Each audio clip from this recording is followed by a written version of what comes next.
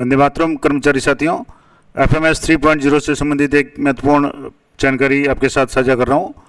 जैसे कि आप देख पा रहे हैं, FMS टीम द्वारा सभी ट्रेजरीज को एक मैसेज जारी किया गया है और जिसमें बताया गया है कि जो भी बिल्स है वो अप्रैल माह के बिल है वो अभी फॉरवर्ड नहीं हो पाएंगे।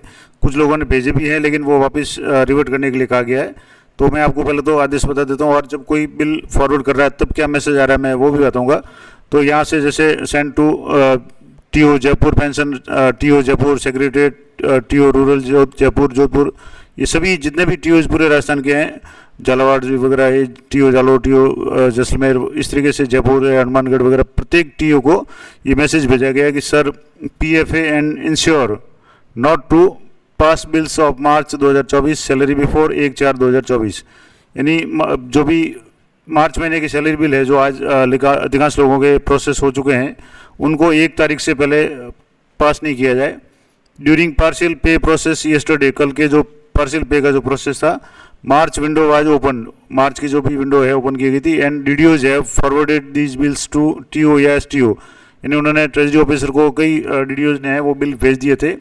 Please do not pass these bills before 1 अप्रैल, यानी 1 अप्रैल से पहले उन बिल को पास नहीं करना है। And if pass please cancel immediately, और अगर मान लो कोई बिल पास कर दिया है तो उसको इमीडिएटली कैंसिल किया जाए। ये अकाउंट ऑफिसर FMS की तरफ से मेल है। कुछ लोगों ने बिल अभी जैसे कोशिश की है बिल को फॉरवर्ड करने की, तो जैसे ही बिल फॉरवर्ड करने का प्रयास करते हैं OTP के द्वारा तो ये मैसेज आ रहा है कि error while saving data, March 2024 bill forward not enabled yet. यानी मार्च बिल जो भी है वो फॉरवर्ड अभी इनेबल नहीं हुआ है, फॉरवर्ड का प्रोसेस शुरू नहीं हुआ है। Forward open will be option will be open at 12 AM, यानी 1 अप्रैल की रात को 12 बजे, यानी 31 मार्च की रात को 12 बजे के बाद में, यानी 1 अप्रैल की सुबह आप बिल है वो फॉरवर्ड कर पाएंगे। यानी रात को 12 बजे बाद अगर आप चाहें तो बिल फॉरवर्ड कर सकते हैं। 31 मार्च तक आप कोई भी बिल है वो फॉरवर्ड नहीं कर पाएंगे।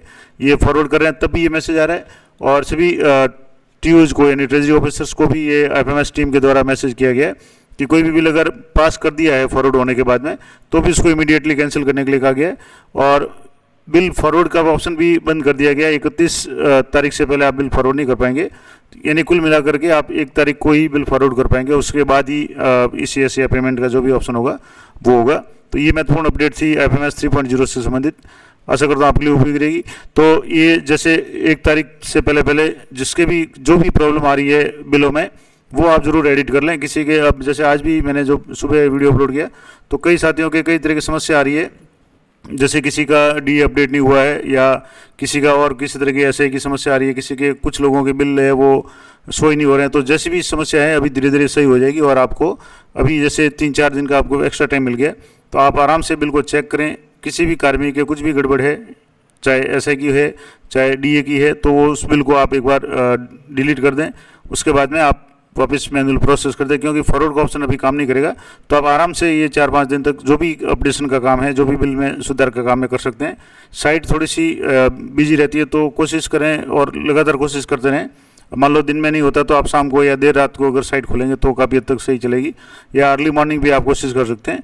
तो इससे संबंधित अब जैसे कई बार बहुत सारे मैसेज आ जाते हैं और कई साथियों से निवेदन रहेगा कि एक ही कमेंट को 2-2, 3 बार वो कमेंट कर देते हैं, तो एक कमेंट का रिप्लाई देता हूँ फिर भी वो कमेंट ड्यू का ड्यू रहता है। तो सेम कमेंट को या सेम प्रश्न को आप बार बार रिपीट नहीं करें। अगर गलती से या नेटवर्क इशू के कारण आपने कोई कमेंट किया, आपने प्रश्न पूछा और आपको वापस 2-3 प्रश्न शो हो रहे हैं तो एक जो भी एक्स्ट्रा है उसको आप डिलीट कर दें, ताकि मुझे भी आपका रिप्लाई करने में आसानी रहे।